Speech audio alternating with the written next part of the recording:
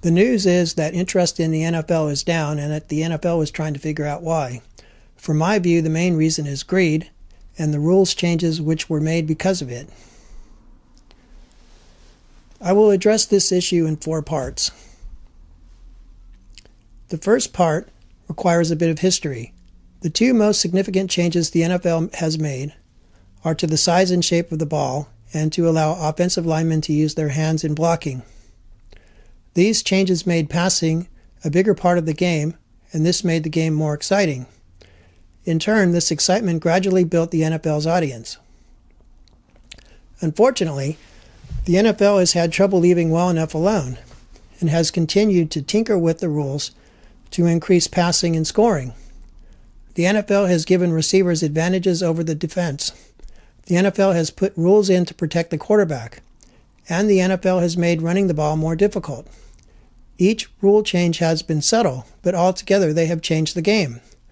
The game now is closer to arena football than to football under the original rules. Point 2 is that free agency has also changed how the game is played. I'm for the players fighting for as much money as they can get. They have short careers and most will suffer from orthopedic injuries for the rest of their lives. However, free agency as it now exists hurts the quality of play. Teams have a limited amount of money to spend on player salaries. Unfortunately, the lion's share of this money is paid to the star players. This means that teams have to fill out their rosters with guys on their first 4-year contracts and with undrafted free agents. Teams can no longer afford more than a few veteran backups. Before free agency, teams would have second-string players on their rosters who had been in the league and on their teams for a number of years. These guys weren't quite good enough to start, but they could do a good job filling in, such as when the starter got injured. They had experience in the league, and they knew their team systems. These journeyman players have been squeezed out by free agency. They are worth more in salary than the teams can afford to pay. As a result, if a star player can't play, his team will generally have difficulty filling his position with a comparable substitute. A related issue is that teams don't have as much cohesion from season to season. Instead of having a core of experienced first and second string players, teams start each season with large groups of young players and free agents. As a result, the first half of the season is little more than an extended training camp. Teams continue to develop their player skills and their playbooks. The direct consequence of this is that games in the first half of the season tend to be boring.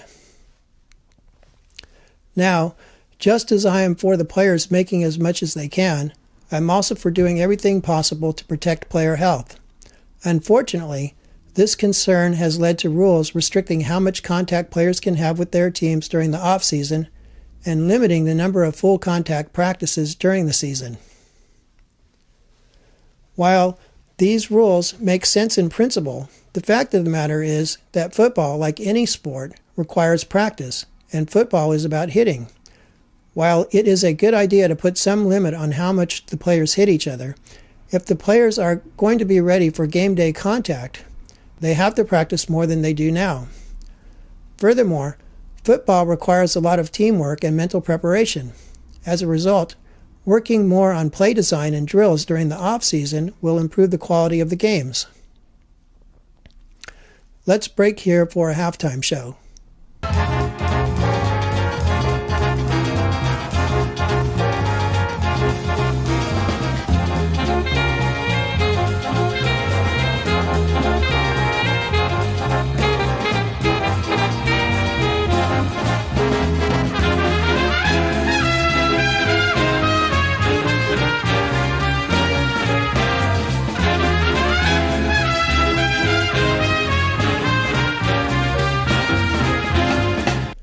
The news is that the NFL wants to find ways to shorten the games. This, of course, is deceptive. The NFL is not talking about reducing the advertising time, which they could easily do and which would shorten the overall amount of time needed for a game. The NFL is talking about reducing the number of plays per game. This is exactly backwards. The audience wants more action, not less. The way things are now is that the audience is treated to about 15 minutes of football action, and that action is smothered in more than 3 hours of advertising. For example, the NFL has long commercial breaks before kickoffs, and then after a 10-second play, they have another long commercial break. It goes on and on. They will even stop a game cold if they have to get some advertising in. At some point, people are fed up. It's too much work to pay attention to the football game when you can't escape the noise about how great it would be to drive a pickup truck to Taco Bell and how drinking Budweiser will get a bunch of girls in bikinis to come over and eat Doritos. Obviously, if the NFL wanted to speed up the games, it could reduce the commercial breaks both in number and in length.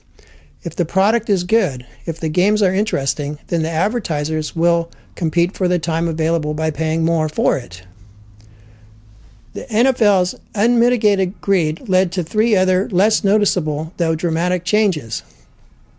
First, the NFL changed how the game clock runs, and this has led to a reduction in the number of plays per game. Second, the NFL shortened halftime from 15 minutes to 12 so that they could blast the audience with 3 more minutes of commercials. The consequence has been that the coaches have had less time to make their second half adjustments. This, in turn, has hurt the quality of the games. Third, in order to squeeze 17 weeks of commercials into a 16-week season, the NFL added a bye week. The consequence of this is that for a large chunk of the season, the NFL does not have a full slate of games on Sunday. More often than not even one of the games is of interest to anyone besides the fans of the teams playing. It is impossible to persuade anyone besides a loser with nothing else to do to watch a poorly played, meaningless game between teams in which a person has no rooting interest.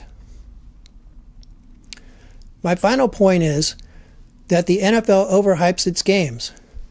The simple fact is that no game, particularly in this era of watered-down competition, is nearly as important as sports radio and the pre-game shows suggest.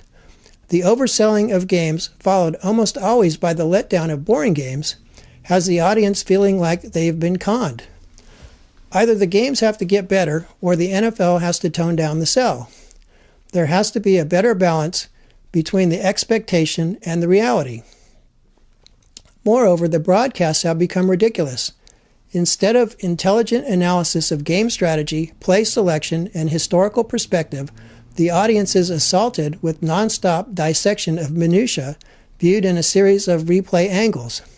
Obviously, some close analysis is interesting, but broadcasts have turned into a competition among the analysts to say something significant about every play. As such, they have lost the forest for the trees. They have lost the true drama of the game. To look briefly at possible solutions, we will need to go into overtime. But first, we need to pause for a commercial message.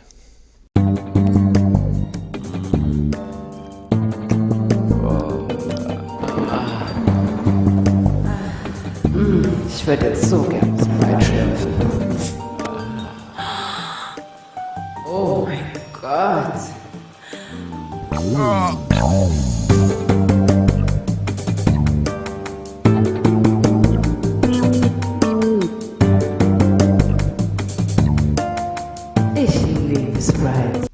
I have 4 suggestions for the NFL. First, the players should agree on some limit to the amount of money paid to the stars, so that the teams will have enough money left over to retain their mid-level veterans. In exchange, the team should be more generous with the players in sharing revenues.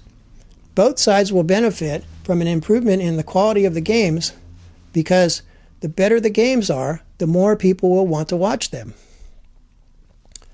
Second, the players should agree to more practice time. In exchange, the owners should be more generous to the players who are injured. There is no way to restore a player's health, but a player who suffers a serious injury should not have to worry about finances for the rest of his life. Third, the owners must reduce commercial time.